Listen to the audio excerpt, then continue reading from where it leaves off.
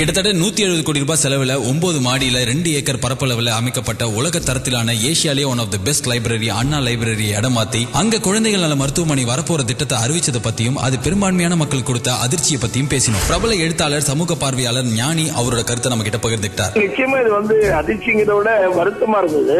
தன்னார்வலர்களுக்கு ஒரு திட்டத்தை இதுக்கு மாற்றி அமைக்கணும் அவசியமே இல்லையே சார். ஆனா அதே நேரத்தில் இந்த முடிவை சப்போர்ட் பண்ற சில பேர் லைப்ரரிங்கிற ஒரு விஷயத்தை ரொம்ப குறைந்தபட்சமா தான் மக்கள் பயன்படுத்துறாங்க, அதை ரீப்ளேஸ் பண்ணி அதிக மக்களுக்கு பயன் தர போற ஒரு ஹாஸ்பிட்டல் அங்க கட்டுறதுல என்ன தப்பு அப்படின்னு கேக்குறாங்களே, அதுல எந்த அளவுக்கு நியாயம் இருக்கு சார்? விஷயம் என்னன்னா, ஒரு நூலகத்தை ஒரு சமூகத்துல நிறைய பேர் பயன்படுத்தினாங்கன்னா தான் அந்த சமூகம் ஆரோக்கியமா இருக்குன்னு அர்த்தம். ஒரு மருத்துவமனை ஒரு சமூகத்துல நிறைய பேர் பயன்படுத்தினா அந்த சமூகம் நோயாளி சமூகமா இருக்குன்னு அர்த்தம். அதனால நூலகத்தை பயன்படுத்துறவர்கள் எண்ணிக்கை அதிகரிப்பதுதான் ஒரு அரசாங்கத்துடைய நோக்கமா இருக்கணும். ஒட்டுமொத்த சென்னையும் ஏன் தமிழ்நாடுமே இந்த முடிவுக்கு சாதகமா இல்ல அப்படிங்கறத நம்ம தெரிவிக்கிறதுக்கு ரொம்ப பவர்ஃபுல்லான அதே நேரத்தில் ரொம்ப சிம்பிளான ஒரு வழி. 50 காசுக்கு ஒரு போஸ்ட் கார்டை வாங்கி முதலமைச்சரின் தனிப்பிரிவு புனித ஜார்ஜ் கோட்டை சென்னை அப்படிங்கிற அட்ரஸ்க்கு அனுப்புறதுதான். இந்த சின்ன முயற்சியை நம்ம செய்யும் போது எவ்வளவு பேர் நம்மள செய்யறோமோ அந்த அளவுக்கு நம்மளோட குரல் கவர்மெண்ட் கிட்ட பலமா பதிவாகும். 170 கோடி ரூபாய் செலவு பண்ணி இந்த லைப்ரரியை கட்டிருக்காங்க. இந்த லைப்ரரியை மறுபடியும் வேற இடத்துக்கு மாத்துறதும் அந்த பில்டிங்கை ஹாஸ்பிட்டலுக்கு ஏற்ற மாதிரி மாத்துறதுக்கு எங்களோட காசு இன்னும் அதிகமா தான் செலவாக போகுது. சோ வேற நல்ல திட்டங்களுக்கு அந்த காசை பயன்படுத்தலாம். டாக்ஸ் கட்டுற ஓட்டு போடுற ஒரு சராசரி குடிமகனா